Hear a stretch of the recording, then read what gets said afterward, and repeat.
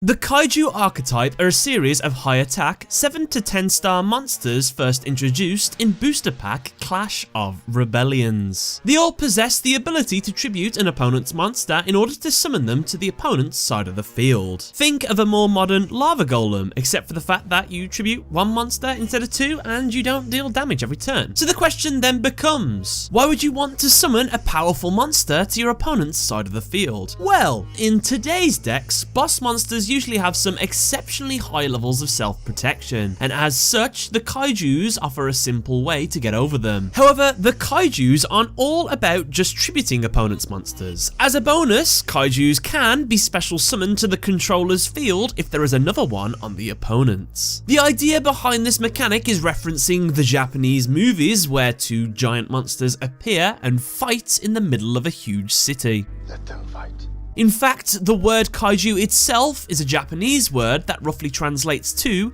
strange beast. However, if we look at the word kaiju from the archetype, it actually translates into something a little bit different in its original kanji. It has been turned into a play on words, with the kanji now reading destruction beast. A perfect play on words, as kaijus are always causing a little bit of collateral damage in cities. So yeah, very fitting. Over the years, there have been many different kaijus that have been shown on the big screens, and these monsters are a reference to those. So how about we take a look at each one of the kaijus, starting with Dogoran, the Mad Flame Kaiju. His effect is you can special summon this card from your hand to your opponent's field in attack position by attributing one monster they control. If your opponent controls a kaiju monster, you can special summon this card from your hand in attack position. You can only control one kaiju monster. Once per turn, you can remove 3 kaiju counters from anywhere on the field, destroy all monsters your opponent controls. This card cannot attack the turn the effect is activated. Dogoran the Mad Flame Kaiju's design is based on the most iconic kaiju, Godzilla.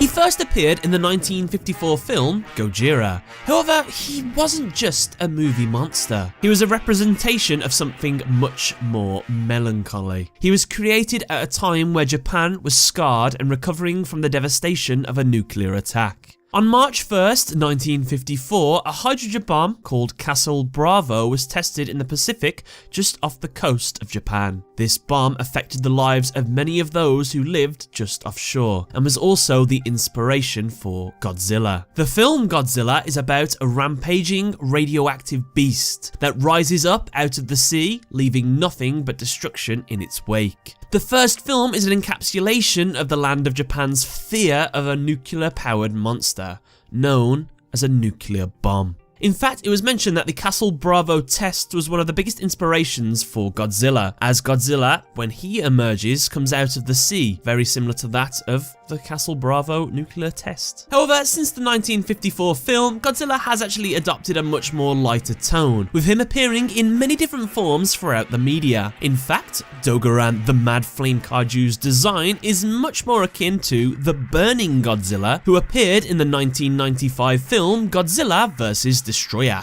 This version of Godzilla is burning because his heart, which as we all know is made from a nuclear reactor, has started to undergo a nuclear meltdown. As Godzilla's temperature continuously rises, it's believed that Godzilla will eventually explode with a force 1,000 times greater than all nuclear weapons put together, causing the very atmosphere itself to ignite, turning the Earth's surface to ash. This is something that we can see referenced in Dogoran's effect, as it is capable of destroying all monsters on the opponent's side of the field in one giant blast. While we're on the subject, it's worth doing a quick PSA for those not in the know about one ruling with the kaijus. As of Master Rule 4 and the introduction of the extra monster zones, in a situation where your opponent has, let's say, 5 of their main monster zones full, along with one in their extra monster zone, if a kaiju user wanted to get rid of the monster in the extra monster zone,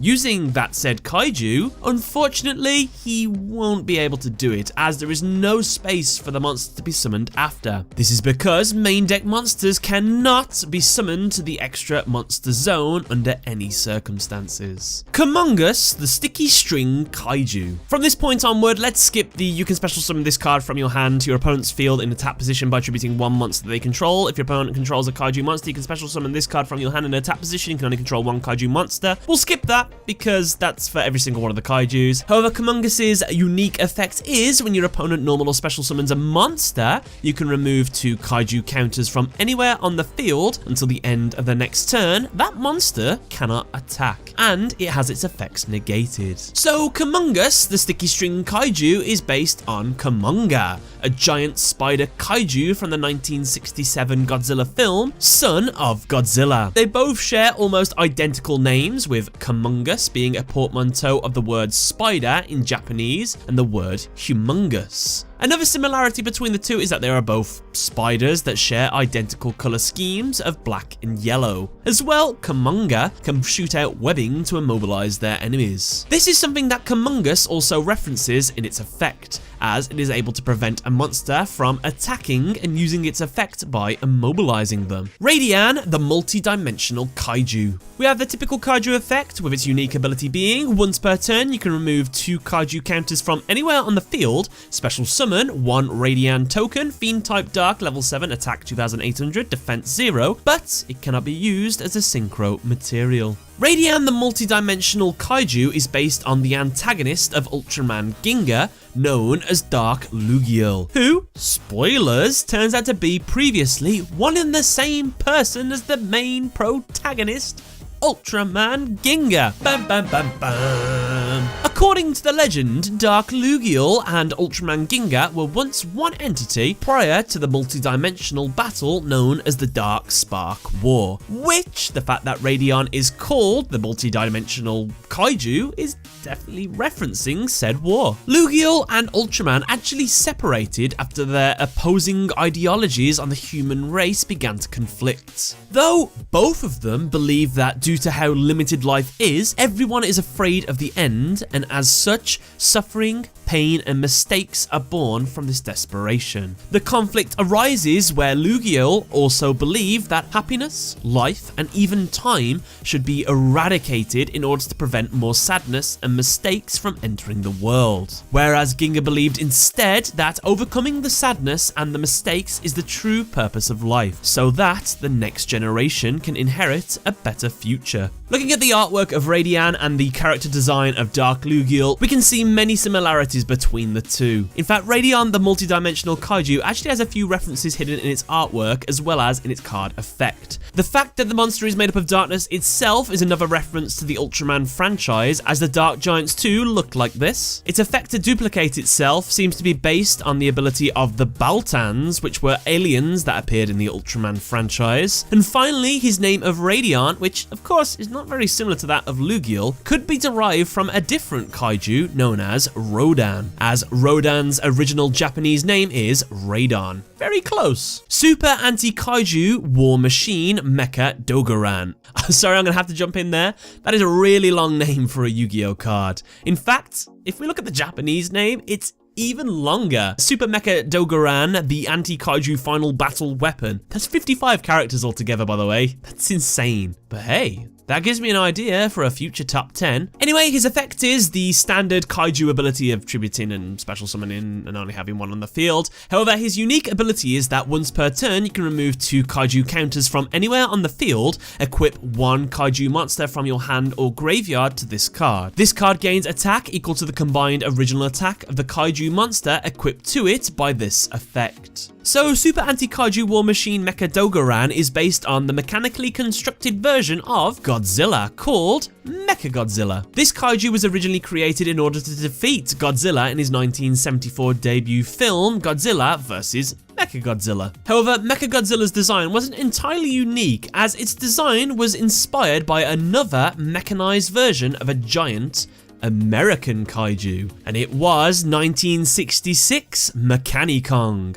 basically Mecha King Kong. I've never actually realized how much people love to mechanize things in like media and games and stuff. We've got like Sonic the Hedgehog, Mecha Sonic, Mecha Freezer, Mecha Cooler, Blue Eyes White Dragon, Cyber Dragon. There's so many. In fact, I tell you what, you guys can suggest some mechanized forms of characters in the comment section below who are the most iconic. Let me know in the comment section below, guys. Anyway, in spirit of the Godzilla franchise, Super Anti-Kaiju War Machine Mecha-Dogoran is the mechanized Kaiju Archetype version of Dogoran, the Mad Flame Kaiju itself. Just like how Mecha-Godzilla is a mechanized version of Godzilla. In fact, Super Anti-Blah Blah Blah is based on Super Mecha-Godzilla from Godzilla vs. Mecha-Godzilla 2. The reason it is based on this one is made obvious by the fact that the monster's effect is that it is able to inherit the power of the kaiju in the graveyard, which is paying homage to how Mecha-Godzilla was built over the bones of the original Godzilla. Gamma-Seal, the Sea Turtle Kaiju. His effect is the standard kaiju ability, with his unique ability being when your opponent activates a card or effect except Gamma-Seal, the Sea Turtle Kaiju, quick effect, you can remove 2 kaiju counters from anywhere on the field, negate the activation, and if you do, banish that card. Gamma-Seal, the Sea Turtle Kaiju, is based on, you guessed it, a giant flying sea turtle kaiju, who first appeared in the 1965 film Gamera. Gamera was originally created in an attempt to surpass the success of the Godzilla films. Though definitely not as iconic, Gamera did grow in popularity considerably, with one of its most recent appearances being in 2016's Gamera the Brave. Gamera can fly in the film, which is pretty hilarious, through jets on its legs, something that is referenced in Gamma-Seal's artwork, as it too is in the air among the fighter jets. Another thing that ties the two together is how both are highly resilient to damage, through their turtle shells. This is evidenced by Gamma-Seal currently having the highest defense point value of all aqua-type monsters in the game, just like how Gamera being a walking tank. You could probably argue as well his ability to negate card effects might also be a reference to this sturdiness, as it's so sturdy it can prevent effects affecting it. Yeah, why not? Gadarla, the Mystery Dust Kaiju. His effect is his standard kaiju ability, with his unique ability being, once per turn, during either player's turn, you can remove 3 kaiju counters from anywhere on the field. The attack and defense of all other monsters on the field become halved. Gadarla, the Mystery Dust Kaiju, is based on Mothra, who is a giant female moth kaiju who first appeared in the 1961 film Mothra. She would later appear as a recurring character in the Godzilla franchise. In fact, Mothra herself is the second most recurring kaiju to appear in media, second only to the king of the monsters himself, Godzilla. Gadarla's ability to halve the attack and defense of all monsters on the field could be an allusion to both Mothra's lava form's ability to spray opponents with a stream of silk to disorientate them, or, more likely, her fully grown form's ability to emit a poisonous powder that asphyxiates her enemies, which is also a visible feature in this card's artwork, as you can see with the blue dust flying everywhere. Thunder King, the Lightning Strike Kaiju. His effect is the standard kaiju ability, with his unique ability being, once per turn you can remove 3 kaiju counters from anywhere on the field. Your opponent's cards and effects cannot be activated for the rest of this turn. Also, this card can make up to 3 attacks on monsters during each battle phase this turn. Thunder King, the Lightning Strike Kaiju's design is based on King Ghidorah, another rival kaiju from the Godzilla franchise. In fact, King Ghidorah first appeared in the 1964 film Ghidorah, the Three-Headed Monster. Ghidorah in the movies is a golden, 3-headed, twin-tailed dragon who is known as a planet-killing dragon. Ghidorah is sometimes seen to possess lightning-based abilities, which is something that is referenced by this card's name of Lightning Strike Kaiju. In fact, both of their names also feature the word king, which further solidifies their similarities. The only real differences between the two is that Thunder King is white instead of gold. However, there is a little gold illusion on his chest, so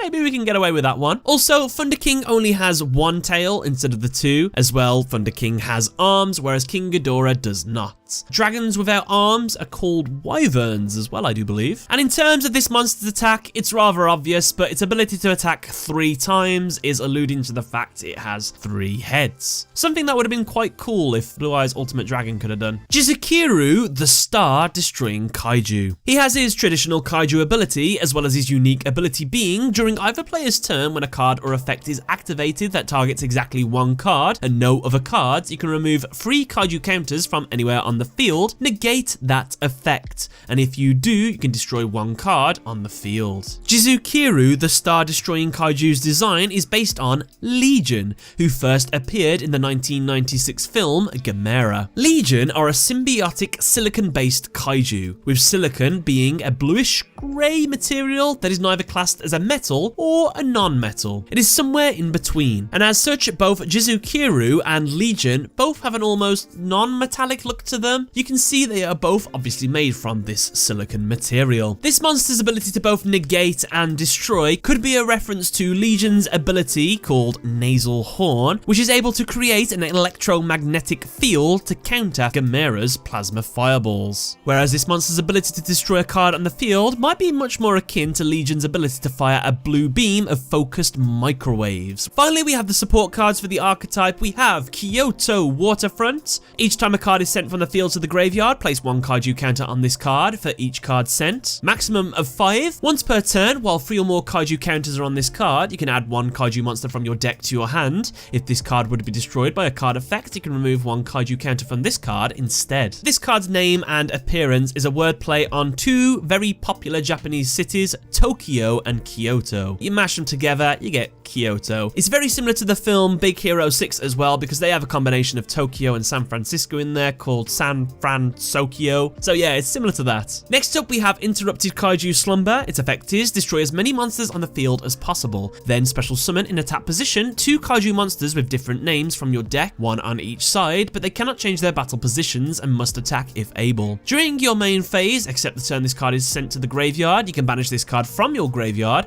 add 1 Kaiju monster from your deck to your hand. You can only activate 1 Interrupted Kaiju Slumber per turn. The Kaiju Files. Each time a Kaiju monster is special summoned from your hand and or graveyard, place 1 Kaiju counter on this card, maximum of 5. Once per turn, you can target 1 Kaiju monster on the field, destroy that monster, then special summon 1 Kaiju monster with a different original name from your deck to its controller's field. You can send this card with 3 or more Kaiju counters to the graveyard to add 1 Kaiju spell or trap from your deck to your hand, except the Kaiju Files. And finally, we have Kaiju Capture Mission. Once per turn, if there are less than 3 Kaiju counters on this card, you can target 1 Kaiju monster on the field, change it to face down defense position. Then place 1 Kaiju counter on this card, maximum of 3. If this card in your possession is destroyed by an opponent's card and sent to the graveyard, it can draw 2 cards. You can only use the effect of Kaiju Capture Mission once per turn. And with that, guys, that's another archetype done. I want to give a huge shout out to the people that are supporting me and the channel. Thank you first to my epic platinum patrons. You know you do, J24092 and Neko Yuchan. Thank you as well to Dylan Cunan, ZeWolf18, Jack Sisson, Chungming Zen, David Shanahan, as well as to my channel members Shinjo CB and Red Gecko Boats. Thank you very much, guys, for helping to support the channel. I hope you enjoyed the video, and to everybody else, thank you for watching. Catch you later.